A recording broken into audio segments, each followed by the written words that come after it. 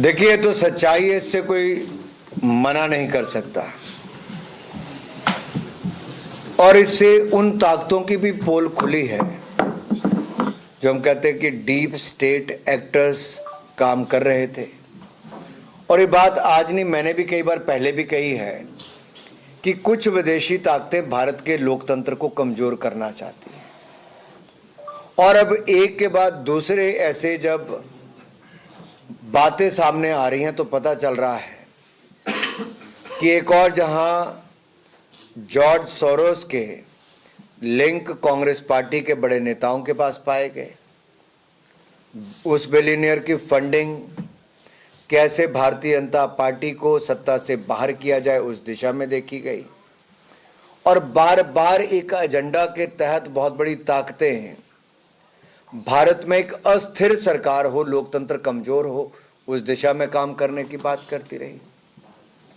और अब जब ये फंडिंग बंद करके इसको और उजागर किया गया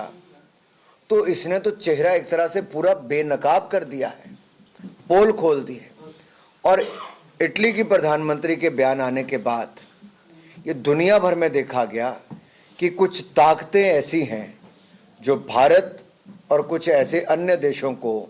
वहां के लोकतंत्र को कमजोर करने में लगी हैं। ये तो भला हो भारत की जनता का धन्यवादी है कि वो इन विदेशी ताकतों के प्रयासों को सफल नहीं होने दिया और उन्हें फिर लोकतंत्र को मजबूत करते हुए तीसरी बार नरेंद्र मोदी जी के नेतृत्व में एनडीए की सरकार को चुना है और अब हम लोग और मजबूती के साथ भारत को विकसित भारत बनाने में लगे हैं। Now, even yesterday, Prime Minister Narendra Modi, who was in Bhopal, he was hinting at foreign powers, how they are backing the anti-Hindu netas here in India. Take a listen to the Prime Minister.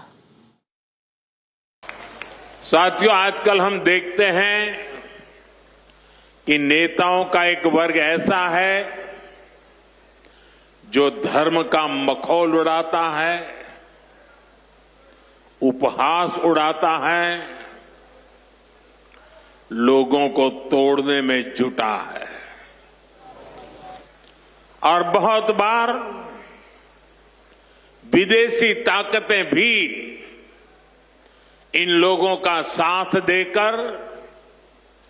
देश और धर्म को कमजोर करने की कोशिश करती दिखती है।